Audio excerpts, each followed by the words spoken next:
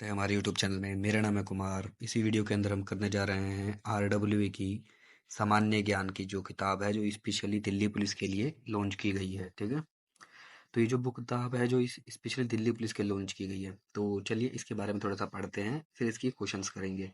सबसे पहले जो आता है इसका प्रस्तावना आती है। देन उसके बाद जो इस किताब के अंदर महत्वपूर्ण चीज़ें हैं वो एक तरीके से पैटर्न दे रखा है कि भाई देखो, जो जो बच्चे दिल्ली पुलिस की तैयारी कर रहे हैं कि उनको पता होना चाहिए कि इसमें जो प्रश्नों की संख्या आएगी, यानी कि जो आपका CBT एग्जाम होगा, कंप्यूटर बेस्ड एग्जाम, इसमें 100 प्रश्न आएंगे, आपको 90 मिनट मिलेंगे और हर एक प्रश्न आपका 1 नंबर पर का होगा।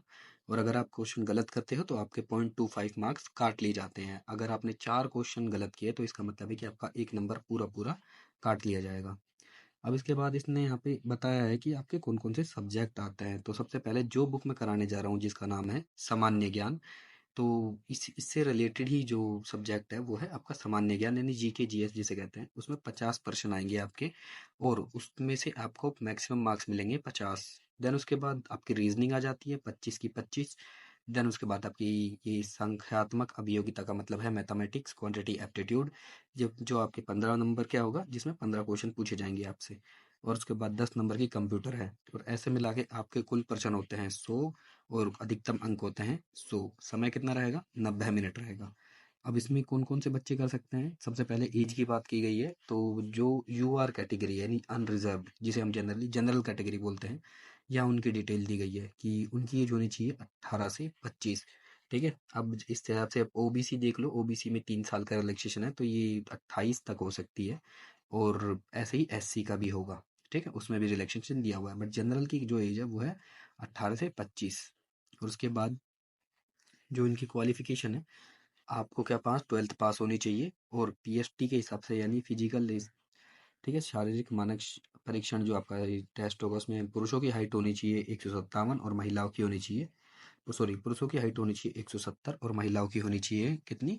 157। ठीक है, और इसके अंदर जो एक और चीज़ है, पुरुषों की जो छाती है वो होनी चाहिए 81 से 85 सेंटीमीटर, और कुछ विशेष कैटेगरी के लिए छूट भी है इसमें।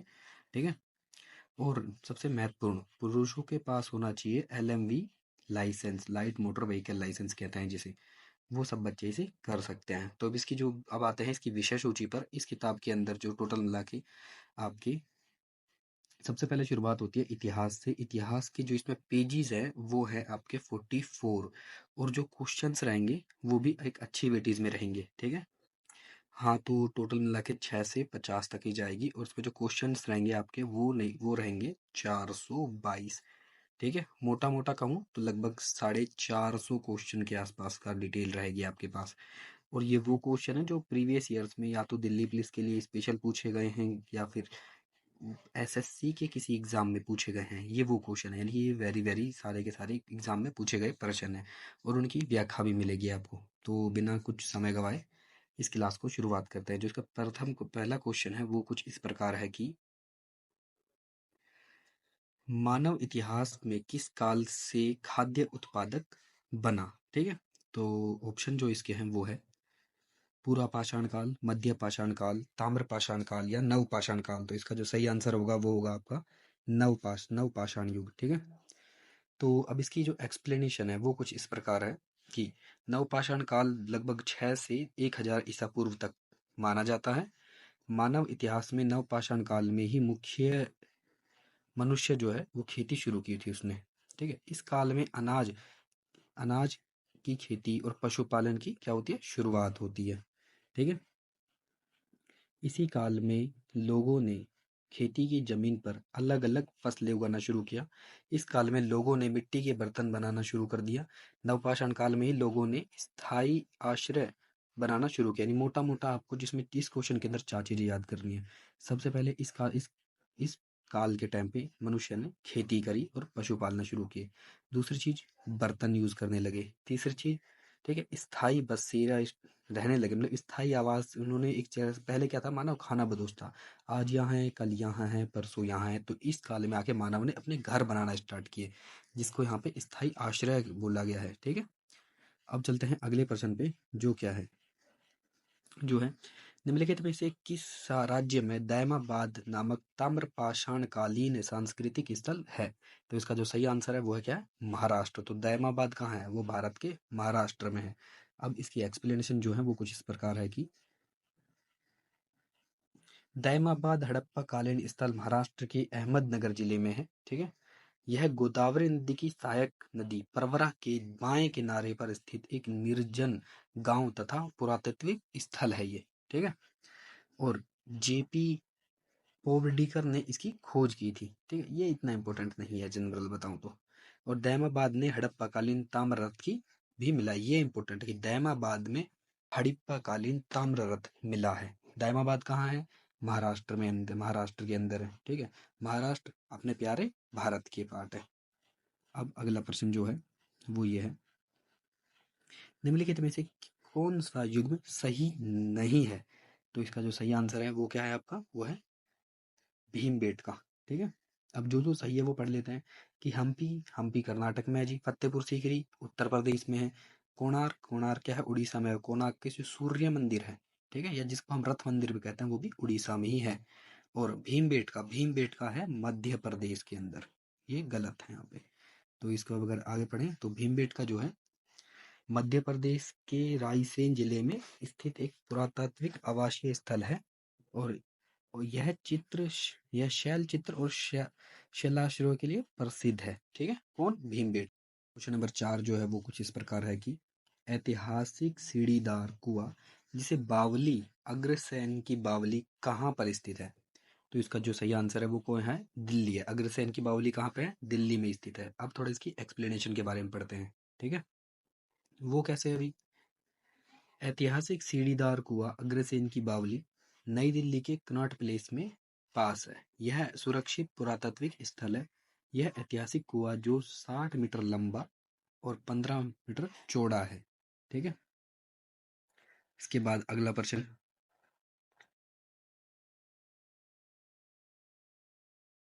निम्नलिखित में से कौन सा मानव गतिविधियों तथा सभ्यता के पाक के ऐतिहासिक काल का एक कलाक्रमानुसार है? ठीक है, तो इसका जो सही आंसर है वो है आपका ऑप्शन नंबर ए। तो देखो ये ना कालों को सही तरह से एक तरह लाइन में लगाया है। सबसे पहले पूरा पाषाण काल आएगा। ठीक है, उसके बाद मध्य पाषाण काल और फिर नव पाषाण काल।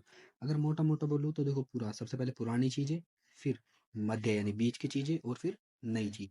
ठीक है, इस तरह से आप याद कर सकते हो।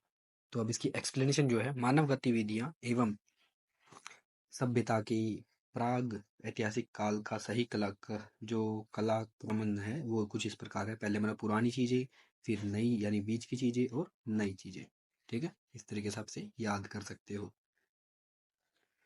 अब क्वेश्चन नंबर 6 जो कुछ इस प्रकार है कि हड़प्पा सभ्यता के दौरान डैश की मूर्तियों को बनाने के लिए क्या है? लॉस्ट वैक्स कास्टिंग तकनीक का प्रयोग किया गया। ठीक है, जिसको हम LVC, ठीक है, लॉस्ट वेस्ट कास्टिंग तकनीक। तो इसका जो सही आंसर है वो क्या है? कांस्य है।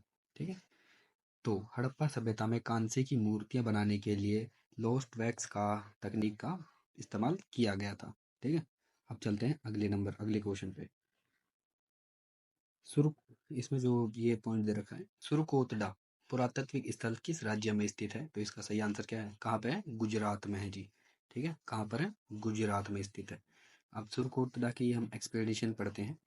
सुरकोटडा जो है पुरातत्व स्थल भारत के गुजरात राज्य के कच्छ जिले में स्थित है। यह सिंधु घाटी सभ्यता से जुड़ा एक छोटा किलाबंद स्थल है। ठीक है, और यह एकमात्र ऐसा सिंधु घाटी स्थल है जहां घोड़े की अस्थियों के अवशेष मिले। गुजरात में स्थित धोलावीरा हड़प्पा स्थल की खोज 1967-68 में जेपी जोशी ने की थी। किसने की थी? जेपी जोशी ने। ठीक है, किसकी खोज की थी जी? गुजरात में स्थित है धोलावीरा की खोज की थी। ठीक है, अब चलते हैं अगले प्रश्न के ऊपर। क्वेश्चन नंबर 8, निम्नलिखित में से कौन सा हड़प्पा कालीन स्थल गुजरात में स्थित नहीं है? धोलावीरा जी है। ठीक है, रंगपुर है, लोथल जी है, पर अमारी नहीं है। ठीक है, अमारी नहीं है। हड़प्पा कालीन स्थल अमारी पाकिस्तान के सिंध प्रांत में है। यह स्थल सिंधु नदी के किनारे है। अमारी से हड़प्पा पूर्व सभ्यता और परावर्ती हड़प्पा संस्कृति के बीच संक्रमण युग से जोड़े गए साक्ष्य हैं इसमें, ठीक है। अब कुछ महत्वपूर्ण स्थल यहाँ पे बताए गए कि कहाँ कहाँ है। सबसे पहले अगर मैं मोटा मोटा बताऊँ, ये इंडिया का मैप समझ लो एक तरीके से, ठीक है। ये एरिया क्या है अपना, जम्मू कश्मीर। तो मांडा कहाँ पर है, जम्मू कश्मीर के ऊपर है, जम्मू कश्मीर में, ठीक है। उसके बाद अगर मैं इंडिया को इस तरह से बनाऊं तो हमारा जो भारत के पास ये जो एरिया है ये है महाराष्ट्र महाराष्ट्र का। तो दायमाबाद कहाँ है, महाराष्ट्र में है। कालीबंगा, ठीक है, वो कहाँ मिलेगा, राजस्थान में मिलेगा। कालीबंगा राजस्थान के अंदर। राखीगढ़ी हरियाणा। हुलास जो है उत्तर प्रदेश के सहारनपुर में है, ठीक है। और आलमगीरपुर ये क्या है, उत्तर प्रदेश के मेरठ में है। इसमें मोटा मोटा अगर आपको बोलूँ याद क्या करना है, सबसे पहले मांडा याद रखना, उसके बाद दायमाबाद याद रखना, ठीक है, और आलमगीरपुर, ये तीन जरूर याद करना। बाकी राखीगढ़ी हरियाणा। अब क्वेश्चन नंबर जो 9 है वो कुछ इस प्रकार है। हड़प्पा स्थल कालीबंगा किस वर्तमान भारतीय राज्य में स्थित है। तो देखो हड़प्पा कहाँ पर है, हड़प्पा का जो स्थल है कौन, कालीबंगा। तो कालीबंगा कहाँ पे है जी, राजस्थान में है, ठीक है। अब इसकी जो एक्सप्लेनेशन है वो कुछ इस प्रकार है कि हड़प कालीबंगा हड़प्पा स्थल राजस्थान के हनुमानगढ़ जिले में है और सर्वप्रथम अमलानंद घोष ने इसकी खोज की थी। कालीबंगा के उत्खननकर्ता का नाम क्या है, बीबी लाल है एवं बी के थापड़ है, ठीक है। अगर मैं इसको याद करने की कोशिश करूं तो कालीबंगा, कालीबंगा की यानी बीवी, बीवी क्या हो गई, लाल हो गई। क्यों, क्योंकि उसने क्या मारा, थप्पड़ मारा, ठीक है। कालीबंगा की बीवी लाल हो गई क्यों, उसने थप्पड़ मारा। कालीबंगा जो है घग्गर नदी के तट पर स्थित है। कालीबंगा का नाम यहाँ मिलने वाली काली चूड़ियों के कारण रखा गया। तो ये महत्वपूर्ण है, कालीबंगा का नाम क्यों रखा, काली चूड़ियां प्राप्त हुई थी जी, ठीक है। किसने खोज की जी, कि मैंने बोला बीबी क्या हो गई थी, लाल हो गई थी। क्यों, क्योंकि थप्पड़ मारा था, तो बीबी लाल और थापर जी ने। फिर यहाँ यहाँ शिलालेख, मूर्तियां, मिट्टी के बर्तन, सिक्के तथा मुद्राएं पाई गई हैं। यहाँ बंजर भूमि, लकड़ी के गुंद और 7 अग्नि की क्या मिला, वेदियां जूते हुए खेत के प्रमाण मिले हैं। तो मोटा मोटा आपको कालीबंगा में क्या क्या मिला है, सबसे पहली चीज कालीबंगा के अंदर हमें काली चूड़ियां मिली हैं, ठीक है, एक। दूसरा क्या मिला है, हमें जुता हुआ खेत मिला है, जुता हुआ खेत मिला है, ठीक है। तीसरी चीज है, किसने खोज की थी, बीबी लाल और थापर थापर जी ने, ठीक है। अब अगला प्रश्न जो है आपका, मोहनजोदाड़ो की नृत्य करती लड़की की प्रतिमा किससे बनी थी। तो किससे बनी थी, वो बनी थी कांसे से। किससे बनी हुई थी, कांसे से। क्या उस समय सोना की खोज हो चुकी थी जी, नहीं हुई थी सोने की खोज, पर कांसे की खोज हुई पड़ी थी। यह मूर्तियां सिंधु घाटी सभ्यता के शहर मोहनजोदाड़ो से मिली। यह मूर्ति लॉस्ट वैक्स तकनीक से बनी थी। ये मैंने बोला लॉस्ट वैक्स तकनीक, यानी LVT लॉस्ट वैक्स टेक्नोलॉजी। इसके बाद इस मूर्ति को ब्रिटिश पुरातत्व अर्नेस्ट मैके ने 1926 में मोहनजोदाड़ो की HR क्षेत्र के खुदाई करने के निकाला। इस मूर्ति को विस्तृत नक्काशी, आभूषण तथा मुद्रा धातु विज्ञान परिष्कृत सामाजिक प्रथाओं में विकास का प्रमाण देती है। उसके बाद सिंधु सभ्यता का सबसे बड़ा भारतीय स्थल कौन सा है जी, राखी गढ़ी है, ये महत्वपूर्ण है। ये सिंधु सभ्यता का सबसे बड़ा स्थल कौन सा है, राखीगढ़ी। राखीगढ़ी कहाँ पर है, हरियाणा के अंदर है, ठीक है। वहीं लोथल कहाँ पर था, गुजरात में था। धोलावीला गुजरात में, चंदोदड़ो गुजरात के अंदर, ठीक है। अब सिंधु घाटी सभ्यता का सबसे बड़ा भारतीय स्थल राखीगढ़ी इस हड़प्पा और मोहनजोदाड़ो से भी बड़ा बताया जाता है। जो राखीगढ़ी है, राखीगढ़ी में खुदाई के दौरान कांसा मिला है, जल निकासी की प्रणाली, मार्ग, बारिश का पानी इकट्ठा करने का विशाल स्थान मिला। राखीगढ़ी हरियाणा के हिसार जिले में घग्गर नदी के किनारे पर स्थित। देखो राखीगढ़ी कहाँ पर है, हरियाणा। हरियाणा में कौन सी नदी, घग्गर नदी के किनारे। जिला का नाम हिसार है, ठीक है। अब क्वेश्चन नंबर 12, निम्नलिखित में से कौन सा हड़प्पाई स्थल हरियाणा में स्थित है। तो कौन था, मैंने क्या बताया था, राखीगढ़ी स्थित है, ठीक है। अब इसके चलते हैं हम अगले प्रश्न के ऊपर।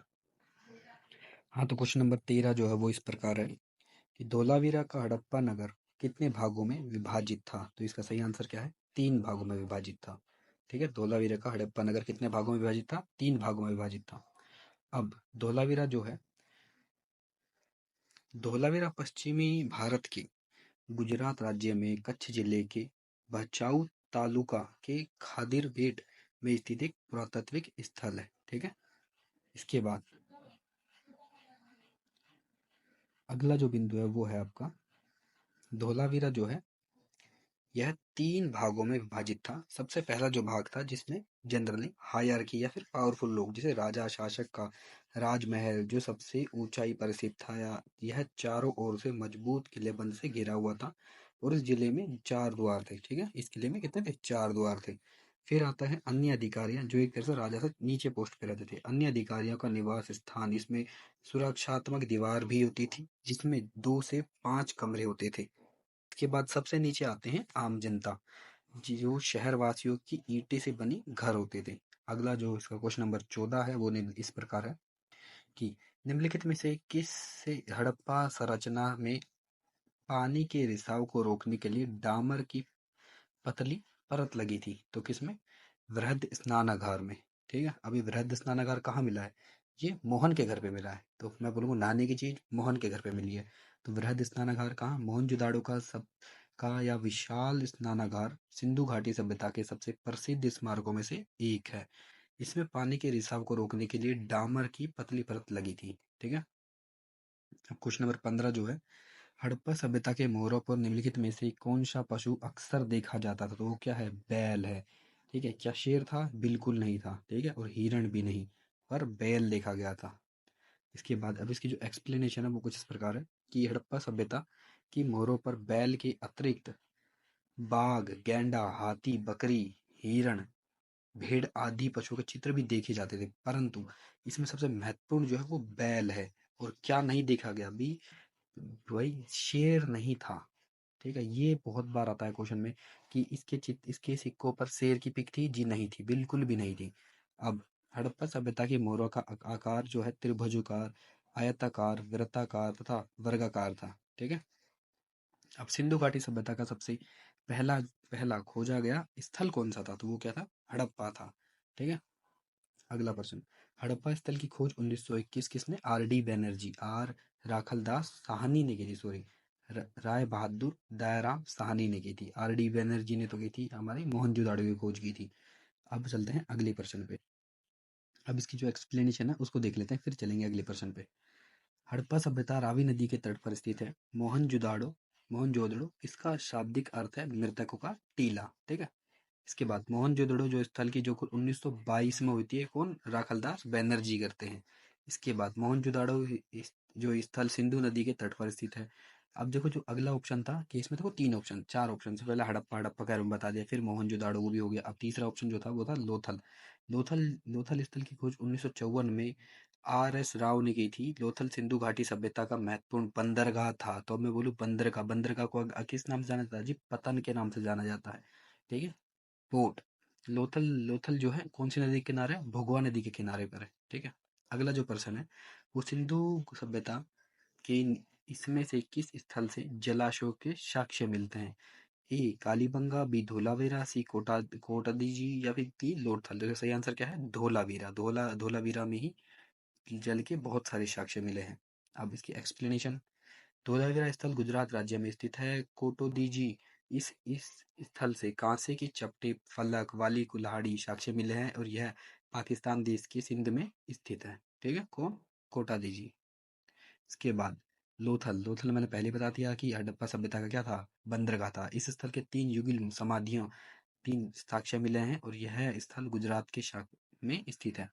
देखो युगल का मतलब होता है जोड़ा। ठीक है, और कितने मिले हैं? 3 डेड बॉडीज मिली हैं, यानी ये समाधियां मिली हैं। कहाँ पे? लोथल में। लोथल कहाँ पर है? गुजरात में। गुजरात में क्या है? बंदरगाह है वहाँ का। मोहनजोदाड़ो का नाम अर्थ किस भाषा में मृतकों का टीला है? तो ये क्या है? सिंधी भाषा में है इसका मृतकों का टीला। अगला प्रश्न जो है,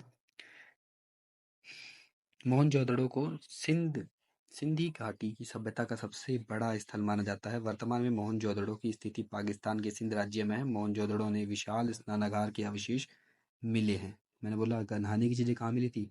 मोहन के घर में मिली थी। और मोहनजोदड़ो सिंधु घाटी के तट पर स्थित है।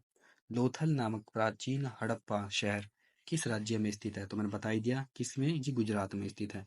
ठीक है, और गुजरात का प्राचीन शहर लोथल भारत के गुजरात में स्थित है। लोथल को हड़प्पा सभ्यता का डॉकयार्ड और जिसको हमें जहाजों की गोदी है और या फिर कहो तो पतन पतन या फिर कहो बंदरगाह भी कहा जाता था।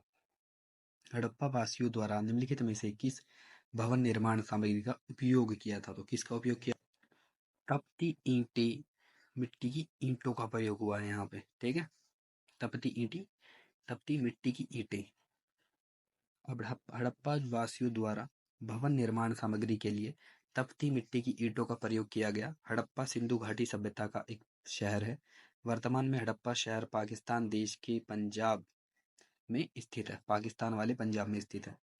अब वैदिक काल में निम्नलिखित में से किस पशु का स्थान समाज में सबसे प्रतिष्ठित था? तो क्या गाय का था, ठीक है। इसके बाद प्रारंभिक प्रारंभिक उत्तर वैदिक काल के दौरान गाय को सबसे अमूल्य संपत्ति के रूप में माना जाता। पशुपालन उनका प्रमुख व्यवसाय था। उस समय का समाज पितृसत्तात्मक था। ऋग्वैदिक काल में गाय को गोधन या गाय का धन भी कहा गया है। किसके अंदर? ऋग्वैदिक काल के अंदर। अब कौन सा वर्ण चार जाने माने वर्णों में से चौथे स्तर पर था? कौन सा? शूद्र थे जी। ये कितने वर्ण थे? चार थे। सबसे पहले ब्राह्मण, क्षत्रिय, वैश्य और शूद्र। और शुरुआत में वैदिक काल के टाइम पे ये चारों के चारों वर्ण कर्म के आधार पर डिसाइड थे, ठीक है। पूर्व वैदिक काल में किसके ऊपर डिसाइड थे? कर्म के आधार पर। फिर उत्तर वैदिक काल में ये चारों वर्ण किस पे डिसाइड होने लगे? ये जन्म के आधार पे होने लगे, ठीक है। वर्ण व्यवस्था के तहत चार वर्ण इस प्रकार थे। ब्राह्मण, वेदों का अध्ययन अध्यापन करना या यज्ञ करना। फिर दूसरा क्षत्रिय, युद्ध करना, लोगों की रक्षा करना। फिर वैश्य जो थे, खेती बाड़ी करना, व्यापार यानी मोटा मोटा क्या है, बिजनेस से रिलेटेड है, करना और मवेशियों की देखभाल करना। और शूद्र अन्य तीनों वर्णों की जो है सेवा करते थे, ठीक है। अब 23वें क्वेश्चन नंबर 23, सामवेद को भारतीय डैश के प्राथमिक स्रोतों में से एक माना जाता है। किसको? सामवेद को। तो आप क्या कहोगे, क्या माना जाता है? संगीत कला, ठीक है। सामवेद संगीत कला, सा से साम, सा से संगीत, ठीक है। भारतीय परंपरा को कुल चार वेदों में बांटा गया है। सबसे पहले ऋग्वेद आता है, फिर यजुर्वेद, फिर सामवेद, फिर अर्थवेद आता है। इन वेदों को केंद्रीय विषय जो है वो निम्न निम्न प्रकार के थे, ठीक है। ये महत्वपूर्ण है। तुम चाहो तो इसके स्क्रीनशॉट भी ले सकते हो कि जो से ऋग्वेद था, ऋग्वेद से रिलेटेड किसमें किससे रिलेटेड है? अभी ईश्वर की महिमा से, ठीक है। ऋग्वेद किसके रिलेटेड है? गॉड से रिलेटेड है। फिर यजुर्वेद किससे रिलेटेड है? बलिदान, सेक्रीफाइस से रिलेटेड है। सा से संगीत, सा से सामवेद, ये तो मैंने बता ही दिया। और यजु अर्थवेद औषधियों से संबंधित है, ठीक है। समझ में आया? ये चार ये बहुत इंपॉर्टेंट है। तुम चाहो तो इसका स्क्रीनशॉट ले लो। दोबारा बोल रहा हूँ। अगला जो प्रश्न है, प्रश्न नंबर 24, वर्ण व्यवस्था को सही ठहराने के लिए प्राचीन भारत के ब्राह्मणों द्वारा ऋग्वेद के किस सूक्त का प्रयोग किया है? और ये क्वेश्चन घूम के भी आ जाता है कि वर्ण व्यवस्था ऋग्वेद के किस सूक्त में पाई जाती है? तो आप क्या कहोगे? पुरुष सूक्त के अंदर। किसके? पुरुष सूक्त के अंदर वर्ण व्यवस्था मिली थी। पुरुष सूक्त किसके अंदर है जी? ऋग्वेद के अंदर है, ठीक है। वैदिक काल में भारतीय समाज प्रारंभ में तीन वर्णों में विभाजित था, जिन्हें ब्राह्मण, क्षत्रिय, वैश्य भी कहा जाए। आगे चलकर इसमें चौथा वर्ण शूद्र जोड़ा गया था, ठीक है। आगे चलकर कौन सा वर्ण जुड़ा था जी? शूद्र जुड़ा था आगे चल के इसमें। इसके बाद पुरुष सूक्त में वर्ण विभाजन को धार्मिक अनुष्ठान आधार पर सही ठहराने की कोशिश की गई है।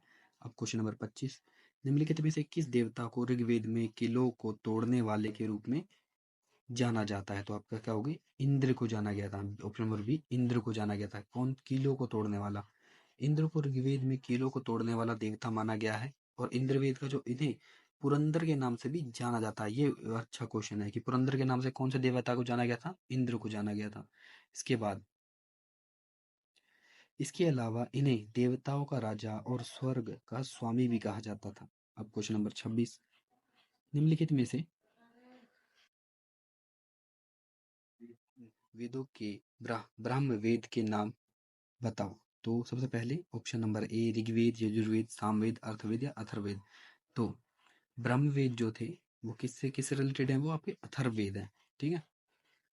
वेद वेद प्राचीन भारत के धार्मिक ग्रंथ हैं। इनकी जो संख्या है वो चार है: ऋग्वेद, यजुर्वेद, सामवेद, अर्थवेद। और चारों वेद के सबसे नवीन वेद, ठीक है, वो क्या है? वो भी यही चार ही है। ऋग्वेद का सबसे प्राचीन वेद है। और इस वेद में क्या 10 मंडल है? कितने मंडल है ऋग्वेद के अंदर? 10 मंडल है।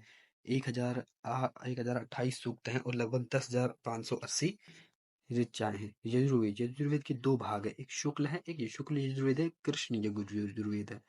याज्ञ संबंधित विधि यजुर्वेद के अंदर मिली है। देखो यहाँ से यज्ञ, यहाँ से यजुर्वेद, ठीक है। अब आगे चलते हैं।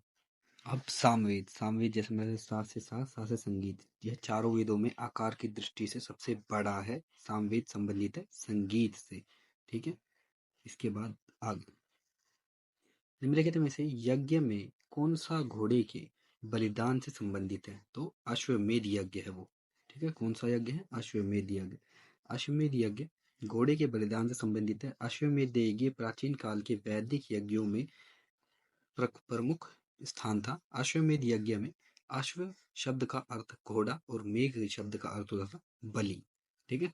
इसके बाद भारत में वैदिक काल की जो अवधि है वो कब से कब तक रही है? तो वो कब से कब तक रही है आपकी 1500 से 600 ईसा पूर्व। क्या? 1500 से 600 ईसा पूर्व। भारत में वैदिक काल की अवधि 1500 से 600 ईसा पूर्व तक मानी जाती है। वैदिक काल को वैदिक युग भी कहा जाता है और वैदिक काल को वैदिक युग भी कहा जाता था। भारत में वैदिक काल की जो शुरुआत है सिंधु घाटी सभ्यता के बाद हुई थी, ठीक है। और वैदिक काल को दो भागों में बांटा गया है। सबसे पहला कौन सा है? पूर्व वैदिक काल। पहला पूर्व वैदिक काल जो 1500 से 1000, और फिर उत्तर वैदिक काल जो 1000 से 600। इसके अंदर जो वर्ण व्यवस्था थी वो आपके कर्म के आधार पर डिसाइड थी। बट इसके अंदर आपकी वर्ण व्यवस्था किसमें? कर्म पे ना होकर जाति या जन्म पे हो गई एक तरीके से। यानी वर्ण व्यवस्था यानी जाति व्यवस्था, सबसे ऊपर ब्राह्मण, फिर आपके क्षत्रिय, इस प्रकार से। शुरुआत में मगध महाजनपद की राजधानी निम्नलिखित में से कौन सी थी? तो मगध की राजधानी कौन सी थी? राजगृह थी, ठीक है। मगध की पहली राजधानी राजगृह थी। मगध महाजनपद जनपद की जो प्रारंभिक राजधानी वो राजगृह थी। यह आधुनिक बिहार के राजगीर में है। मगध के जो राजा थे उनका नाम बिंबिसार ने राजगिरी का निर्माण कराया तथा इसमें अपनी राजधानी बनाया। मगध के बाद राजा अजातशत्रु ने राजगृह को अपनी राजधानी बनाए रखा, ठीक है। और मगध की एक और राजधानी पाटलिपुत्र थी, ठीक है, जिसे अब पटना के नाम से जाना जाता है। महाजनपद युग के दौरान उज्जैन डैश की एक राजधानी थी। तो उज्जैन किसकी राजधानी थी? तो इसका सही जो आंसर है वो है आपका बी, अवंती, ठीक है। उज्जैन अवंती की राजधानी थी। तो अवंती प्राचीन भारत का महाजनपद था जो वर्तमान में मालवा क्षेत्र में आता है।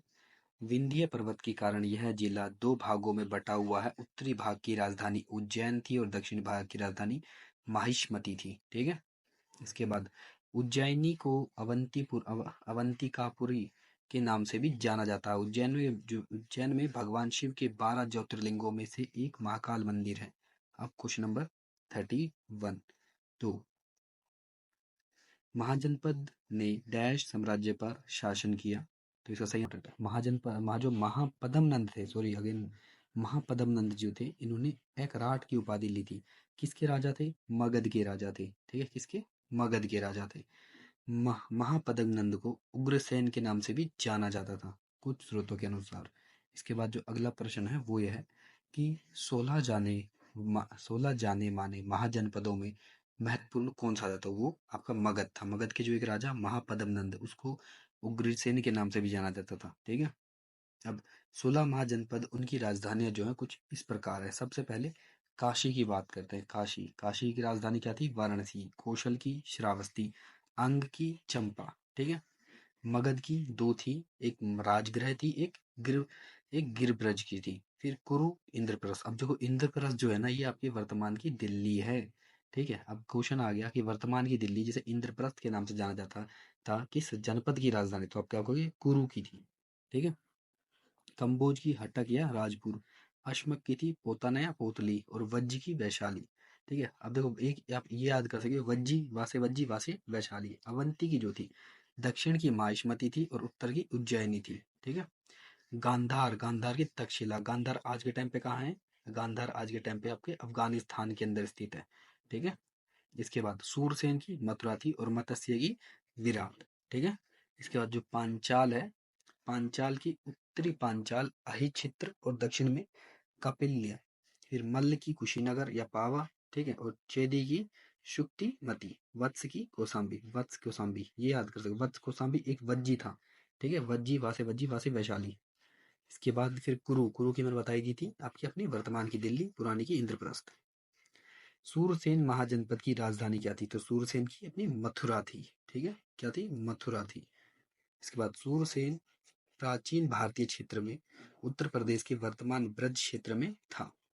सूरसेन महाजनपद यमुना नदी पर स्थित था। सूरसेन मथुरा के प्राचीन यदुवंशी राजा थे। ठीक है, इसके बाद प्राचीन काल में अवध को किस नाम से जाना जाता था? तो कौशल या कौशल के नाम से जाना जाता था। किसको? अवध को। ठीक है, अब प्राचीन काल में अवध को कौशल या कौशल के नाम से जाना जाता था।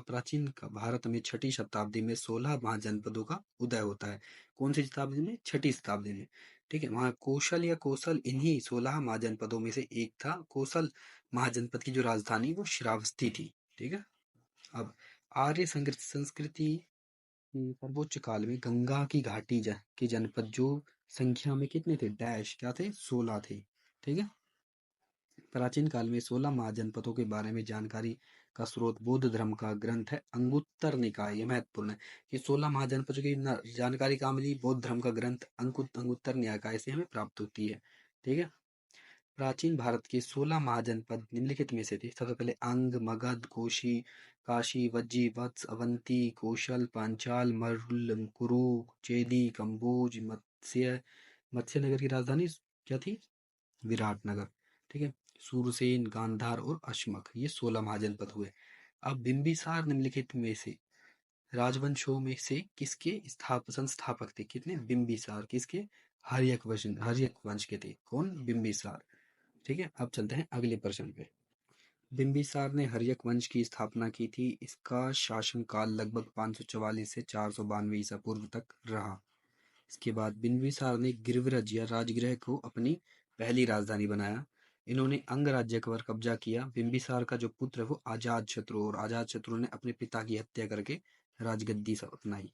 इसके बाद प्रश्न नंबर 37, निम्नलिखित में से कौन सा जैन धर्म का एक संप्रदाय है? तो कौन है? दिगंबर है।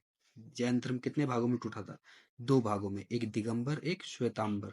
तो दिगंबर ये एक इसका भाग हुआ, और दूसरा क्या था? श्वेतांबर। ठीक है, जैन धर्म का एक संप्रदाय है। जैन धर्म दो प्रमुख भागों में संप्रदाय है, एक दिगंबर है एक श्वेतांबर है। दिगंबर संप्रदाय के अनुयायी वस्त्र नहीं पहनते, इसलिए ना दिग यानी जिसके पास वस्त्र ना पहने। फिर महावीर स्वामी को जैन धर्म का संस्थापक माना जाता है। ठीक है, किसको? महावीर स्वामी को। महावीर स्वामी धर्म के 24वें तीर्थंकर थे। कौन से तीर्थंकर थे? 24वें। पहले तीर्थंकर का नाम क्या है? ऋषभदेव। जैन धर्म के प्रथम तीर्थंकर का नाम ऋषभदेव था। दिगंबर समुदाय के अनुयायी मोक्ष प्राप्ति के लिए नग्न रहते थे। कौन? दिगंबर समुदाय के अनुयायी। इसके बाद क्वेश्चन नंबर 38, निम्नलिखित में से किस धर्म से तिलवाड़ा मंदिर संबंधित है? तिलवाड़ा ये कहाँ पर है? ये राजस्थान के अंदर है। ठीक है, तिलवाड़ा कहाँ पर? जैन मंदिर है ये। ठीक है, राजस्थान राज्य के जो तिलवाड़ा मंदिर है, तिलवाड़ा मंदिर राजस्थान राज्य के सिरोही जनपद के माउंट आबू में स्थित है। देखो, माउंट आबू राजस्थान की सबसे बड़ी पहाड़ी है। ठीक है, तिलवाड़ा मंदिर 5 मंदिरों का एक समूह है। ठीक है, कितने मंदिरों का समूह है? 5 मंदिरों का समूह है। तिलवाड़ा मंदिर का जो निर्माण है वो 11वीं से 13वीं शताब्दी के मध्य चालुक्य राजवंश के शासनकाल में हुआ। अब देखो, तिलवाड़ा से आपको 3 चीजें याद रखनी है। पहली चीज क्या है? तिलवाड़ा कहाँ पर स्थित है? राजस्थान के अंदर स्थित है। दूसरी चीज क्या है? तिलवाड़ा किसका मंदिर है? जैन मंदिर है। तीसरी चीज क्या है कि कौन राजस्थान में कौन सी पहाड़ी? माउंट आबू। किसने इसको बनवाया? चालुक्य राजवंश ने इसे बनवाया था 11 से 13वीं शताब्दी के बीच। जैन धर्म के अंतिम तीर्थंकर का नाम क्या था? महावीर स्वामी थे। पहले का नाम क्या था? ऋषभदेव। और अनंतनाथ के 14वें तीर्थंकर थे, और पार्श्वनाथ 23वें, और महावीर स्वामी 24वें और अंतिम। इसके बाद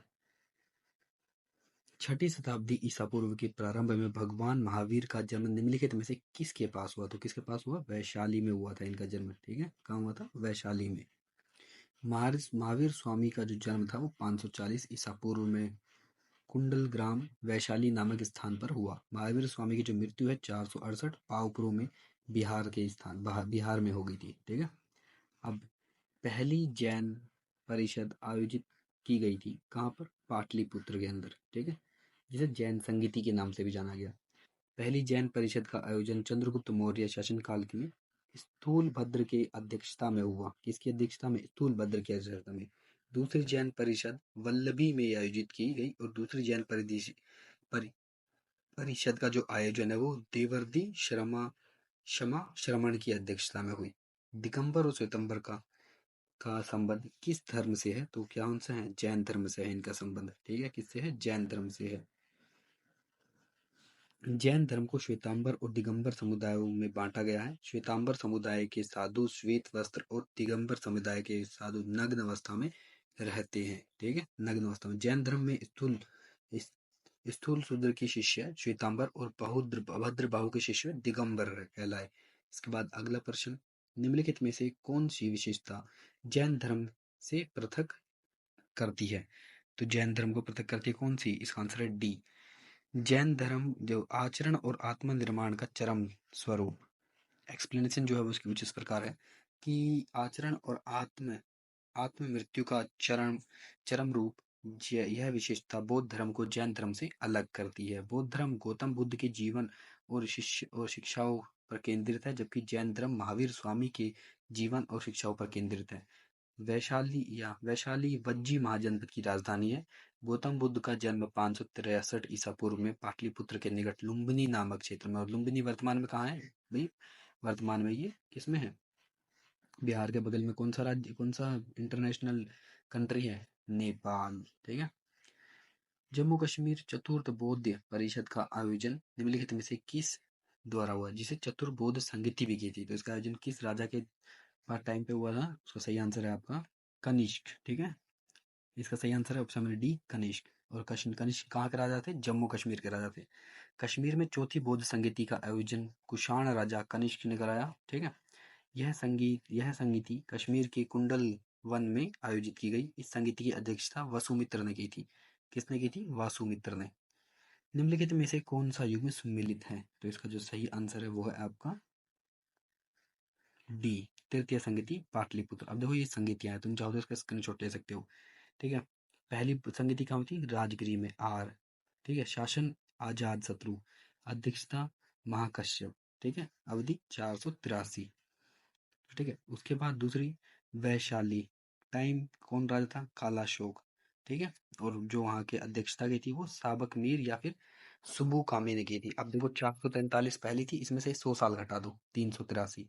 ठीक है, उसके बाद दूसरी जो अध्यक्षता होगी वो आपकी, सॉरी तीसरी अध्यक्षता वो होगी आपकी कब? पाटलिपुत्र, जो अब वर्तमान में बिहार की राजधानी है। किसके टाइम पे? P.A. अशोक और मोगलीपुत्ती इनकी अध्यक्षता की थी। और 250 ईसा पूर्व फिर कुंडलवन, कनिष्क, वासुमित्र। ठीक है, और लगभग ईसा पूर्व इसकी शताब्दी है। ठीक है, फिर क्वेश्चन नंबर 46, अष्टांगिक मार्ग 8 प्रकार के पथ का तत्व ज्ञान निम्नलिखित में से किसके द्वारा दिया गया है?